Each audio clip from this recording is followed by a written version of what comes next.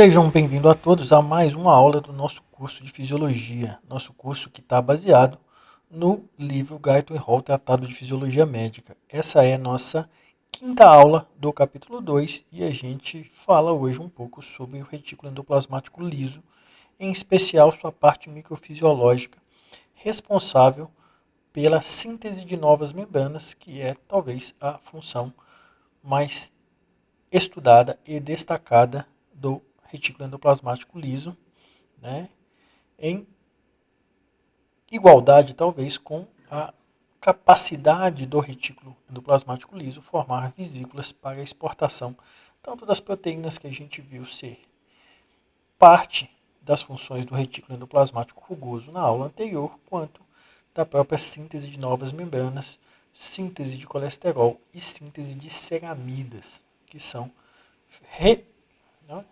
realizadas no retículo endoplasmático liso. Então a gente fala um pouco sobre isso nessa aula de hoje e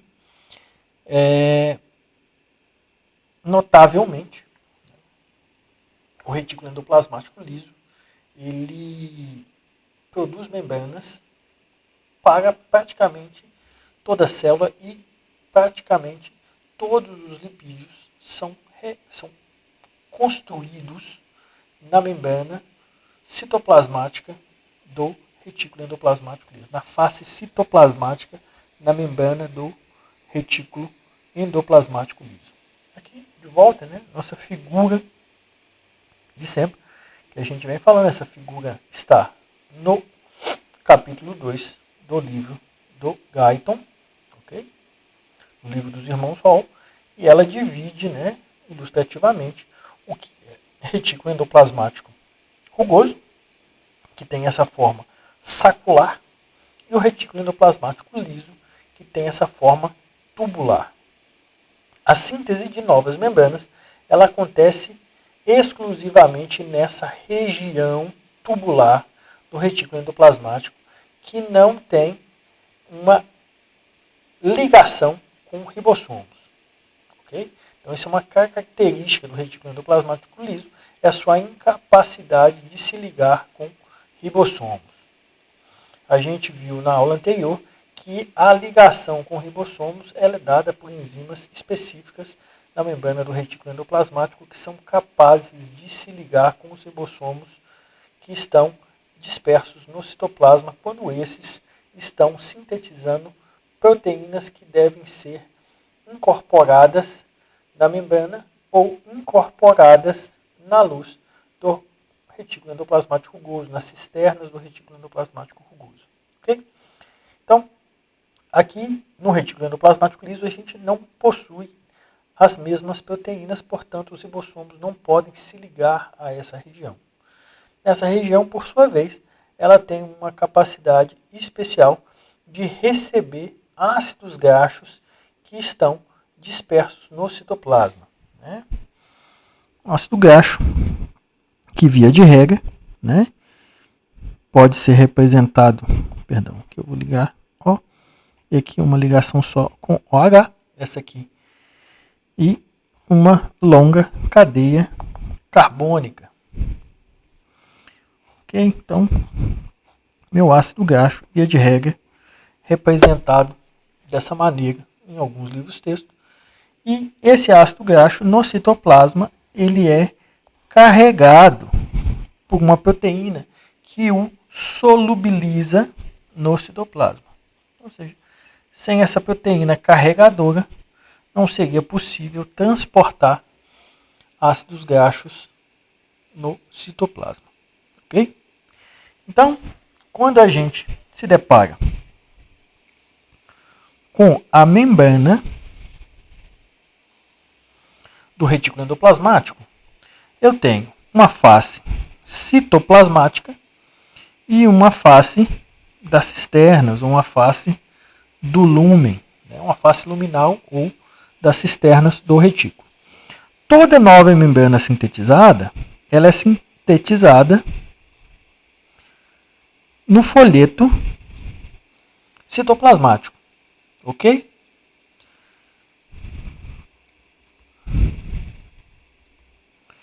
E uma vez que essa proteína é capaz de entregar na membrana o ácido graxo, duas coisas podem acontecer. Ele pode ser ativado e então ele se fixa definitivamente na membrana, ou ele pode ser eventualmente capturado por outra enzima de transporte e levado dessa membrana se ele não tiver fixado. E para fixar um ácido graxo na membrana, alguns processos precisam decorrer da entrega deste ácido graxo em uma membrana, né, até a formação de uma molécula chamada ácido fosfatídico, tá bem? Então, um ácido fosfatídico se forma de maneira que essa molécula fica definitivamente presa na membrana. Mas até a formação do ácido fosfatídico, eu tenho, em primeiro lugar, um processo onde o grupo OH de cada um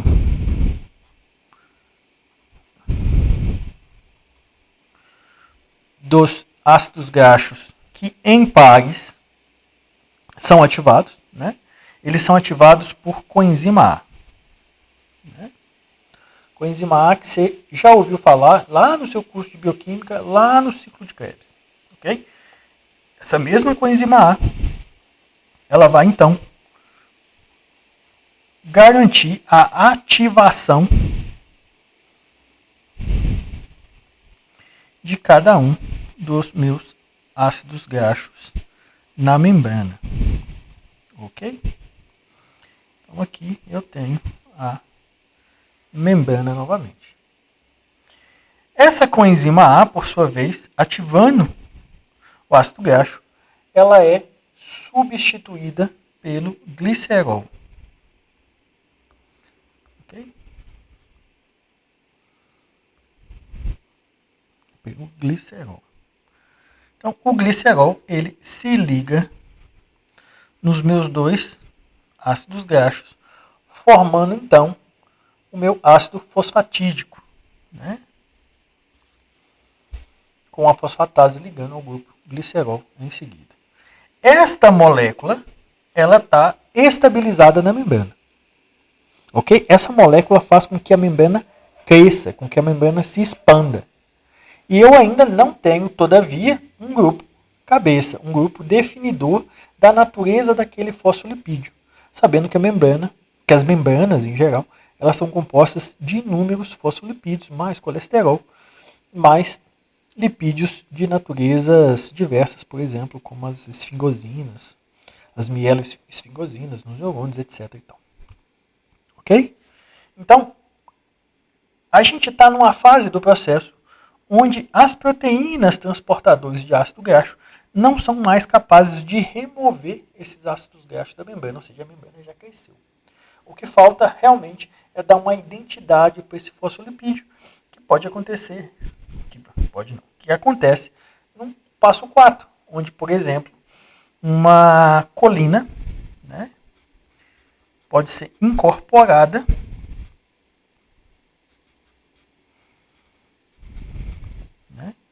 Então aqui eu tenho glicerol, mais fósforo, mais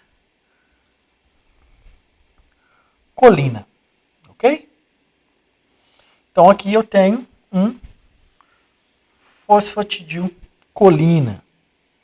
Podia ser a colina, podia ser a serina, podia ser a etonalamina, podia ser inositol, que é o fosfolipídio de menor tamanho que a gente encontra nas células. Né? Qualquer um desses grupos cabeças poderiam ser formados, né, no retículo endoplasmático, na face citoplasmática do retículo endoplasmático liso. Ok? Colina, serina, inositol, etanolamina. Todos esses são formados exclusivamente na membrana do retículo endoplasmático e depois eles vão ser exportados. E é por causa dessa exportação que a gente consegue manter um equilíbrio na quantidade de membrana do retículo endoplasmático. Do contrário, esse retículo ia crescer indefinidamente.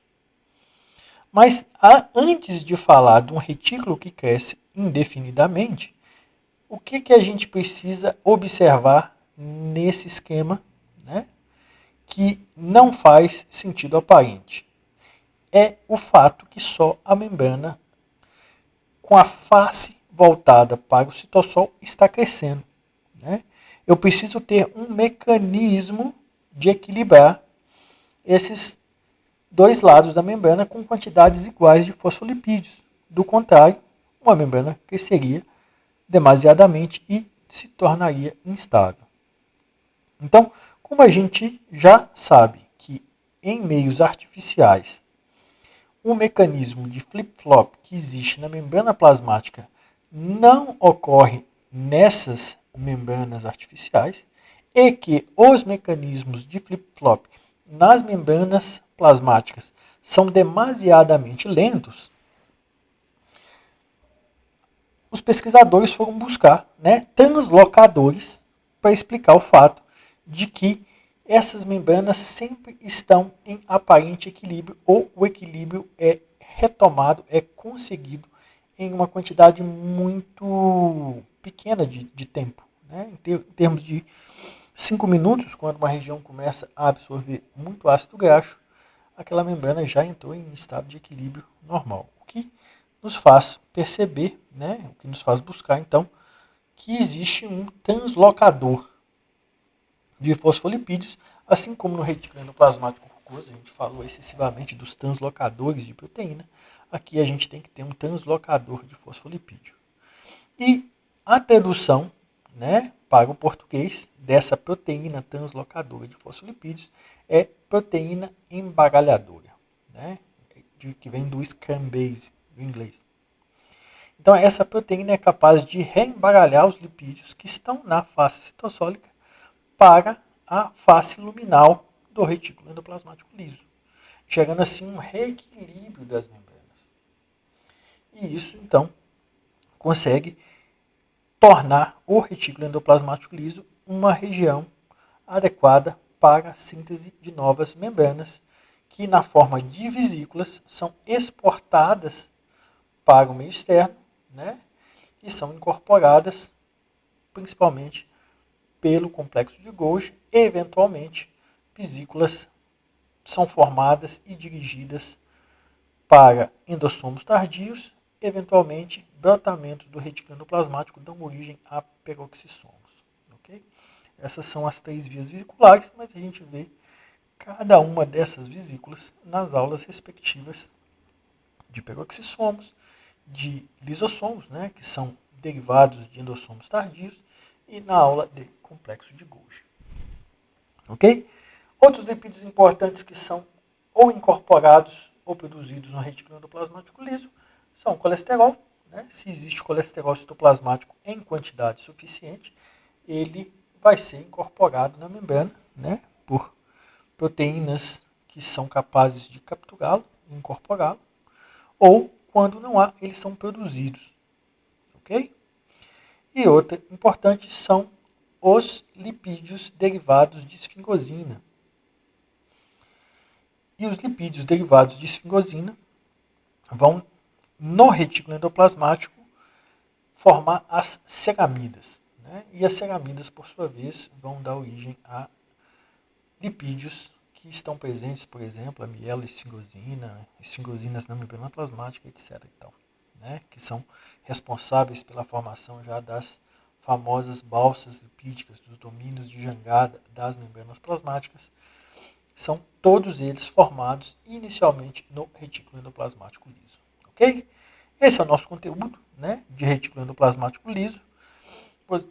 A parte relacionada com a formação de vesícula a gente vê numa aula específica sobre vesículas. Né, e aí a gente vai retomar desde o retículo endoplasmático, mas a gente vai passar pelo complexo de Golgi, a gente vai chegar na membrana, formação de vesículas na membrana, exportação de vesículas pela membrana plasmática, endossomos primários, endossomos tardios e outros conteúdos correlatos. Né? Como nisso há um processo, há um fluxo, né, de inter-relação entre organelas, existe no livro do Albert todo um capítulo dedicado especificamente a esse trânsito de vesículas entre os diferentes compartimentos celulares, que a gente desse capítulo tirou alguns minutinhos para falar desse tema em específico e separado da aula, seja de retículo, seja de Golgi, seja de membrana, porque a ideia de falar do processo é mais importante para o nosso curso do que ficar nominando características morfológicas da célula, que isso creio que cada um viu ou no curso de citologia ou no curso de histologia, que já devem ter feito a essa altura, né, no seu curso de ciência da saúde, ou aqueles que estudam isso mais profundamente já viram ao estudar essas outras disciplinas. Ok? Muito obrigado mais uma vez e a gente volta na próxima aula. Até mais.